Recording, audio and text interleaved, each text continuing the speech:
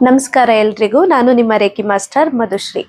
ಇನ್ನ 2 ದಿನ ಇದೆ ಭೀಮನ ಅಮಾವಾಸ್ಯೆಗೆ. ಭೀಮನ ಅಮಾವಾಸ್ಯೆ ಅಂತ ಅಂದ್ರೇನೆ ಪತಿಯ ಆಯುಷ್ಯಕ್ಕೋಸ್ಕರ ಮಾಡಿದಂತಹ ಪೂಜೆ. ಇದು ಪುರಾತನ ಕಾಲದಿಂದನೂ ಒಂದು ಪುರಾಣ ಕಥೆಗಳಲ್ಲಿ ಉಲ್ಲೇಖ ಇರುವಂತದ್ದು. ಹಾಗಾಗಿ ಯಾರಾದ್ರೂ ಪತಿಗೆ ಏನಾದ್ರೂ ಆರೋಗ್ಯದ ಸಮಸ್ಯೆ ಇದ್ರೂ ಕೂಡ ಪ್ರತಿಯೊಬ್ರು ಗಂಡನ ಆಯಸ್ಸಿಗಾಗಿ, ಆರೋಗ್ಯ, ಆಯಸ್ಸು, ಅಭಿವೃದ್ಧಿಗಾಗಿ ಮಾಡುವಂತಹ ಪೂಜೆ ಭೀಮನ ಅಮಾವಾಸ್ಯೆ. ಇದೇ 24ನೇ ತಾರೀಕು ಬಂದಿದೆ. ಪಂಚಾಂಗದ ಪ್ರಕಾರ ಹೇಳ್ಬೇಕು ಅಂತಂದ್ರೆ ಆ ದಿನ ತುಂಬಾನೇ ಚೆನ್ನಾಗಿದೆ.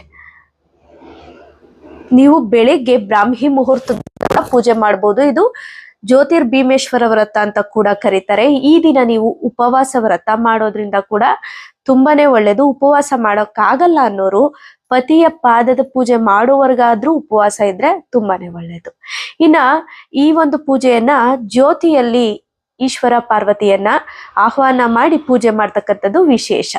ನಿಮ್ಮ ಮನೆಯಲ್ಲಿ ಯಾವುದೇ ಒಂದು ದೀಪ ಇರಲಿ, ಆ ಒಂದು ಪುರಾಣದ ಕಥೆಯಲ್ಲಿ ದೀಪದ ಒಂದು ಮಣ್ಣಿನ ದೀಪ ಇಟ್ಟು ಪೂಜೆ ಮಾಡಿದ್ರಂತೆ. ಆದ್ರೆ ನೀವು ನಿಮ್ಮ ಮನೆಯಲ್ಲಿ ಯಾವ ದೀಪ ಇದೆ ಅದರಲ್ಲಿ ನೀವು ಈಶ್ವರ ಪಾರ್ವತಿಯನ್ನ ಆಹ್ವಾನ ಮಾಡಿ ಪೂಜೆಯನ್ನ ಮಾಡ್ಬೋದು. ಇದಕ್ಕೆ ನಿಮ್ಗೆ ಗೊತ್ತಿರೋ ಹಂಗೆ ಅರಿಶಿಣದ ಗಂಟನ್ನ ಕಟ್ಟುವಂಥದ್ದು, ದಾರವನ್ನ ಕಟ್ಟುವಂಥದ್ದು ಅಂದ್ರೆ ಅಂಗದಾರ ಅಂತೀವಿ, ಅಥವಾ ಅರಿಶಿಣದ ಬೋಟಲ್ಲಿ ಅಂಗದಾರವನ್ನ ಮಾಡಿ ನೀವು 2 ಜ್ಯೋತಿಗಳಿಗೂ ಕಟ್ಟುವಂಥದ್ದು, ಗೆಜ್ಜೆ ವಸ್ತ್ರ ಹಾಕಿ 11 ತರಹದ ಪುಷ್ಪಾರ್ಚನೆಯನ್ನ ಮಾಡಿ ನೀವು ನಿಮ್ಮ ಒಂದು ಇಷ್ಟವಾದ ಅಥವಾ ನಿಮ್ಮ ಪತಿಗೆ ಇಷ್ಟವಾದ, ದೇವರಿಗೆ ಇಷ್ಟವಾದ ನೈವೇದ್ಯವನ್ನ ಅರ್ಪಣೆ ಮಾಡಿ.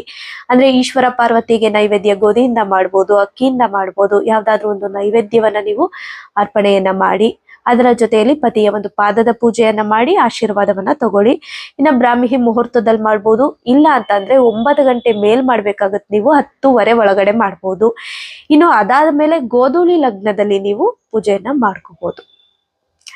ಈ ಒಂದು ಪೂಜೆಯಿಂದ, ಭೀಮನ ಅಮಾವಾಸ್ಯೆ ಪೂಜೆಯಿಂದ ಪತಿಗೆ ಅಥವಾ ಯಾರಿಗಾದ್ರೂ ತುಂಬಾನೇ ಹುಷಾರಿರಲ್ಲ, ಆಗ್ತಾನೆ ಇಲ್ಲ ಅನ್ನೋರು ಕೂಡ ಈ ಒಂದು ಪೂಜೆ ಮಾಡೋದ್ರಿಂದ ಅವರ ಆರೋಗ್ಯ ವೃದ್ಧಿ ಆಗುತ್ತೆ. ಪ್ರತಿಯೊಬ್ರು ಈ ಪೂಜೆಯನ್ನ ಮಾಡ್ಬೋದು. ಮದುವೆ ಆಗ್ದಲೇ ಇರೋರು ಕೂಡ ಈಶ್ವರ ಪಾರ್ವತಿಗೆ ವಿಶೇಷವಾಗಿ ಆರಾಧನೆ ಮಾಡೋದ್ರಿಂದ ಒಳ್ಳೆಯ ಪತಿಯ ಒಂದು ಫಲ ಸಿಗುತ್ತೆ. ಎಲ್ಲರಿಗೂ ಒಳ್ಳೆಯದಾಗ್ಲಿ. ನಮಸ್ಕಾರ.